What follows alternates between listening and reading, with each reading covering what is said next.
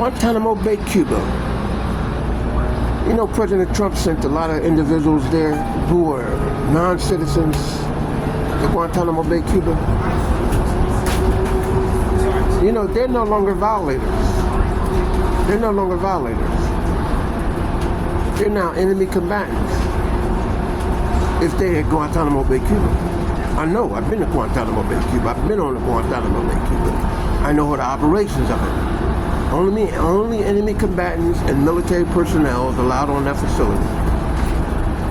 They're no longer violators of the United States of America as undocumented migrants. They're violators. They're enemy combatants. And I guarantee you they're crying to go home.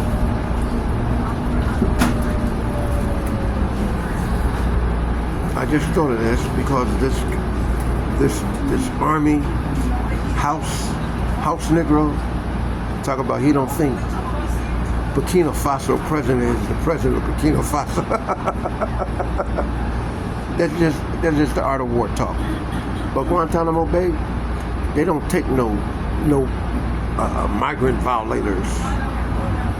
No, they don't do that. They got all them individuals on Guantánamo Bay as enemy combatants. That's one of the reasons why they switched course and sent them to elsewhere. Because the ones they got on the Guantánamo Bay now, they sending them home. They crying to get home. They don't want to come back to America. Nope, they're not violators, they're enemy combatants.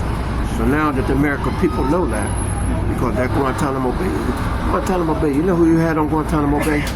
Doors are opening. You know who you had on Guantánamo Bay? You had the 5 members of the mafiosos of New York City.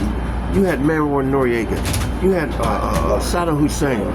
You had Chemical Ali. You had Manuel Noriega, Panama, before they sent him to Miami, Guantanamo.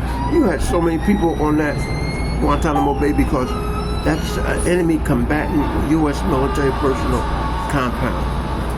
That's all it is. That's all it is. I gotta go.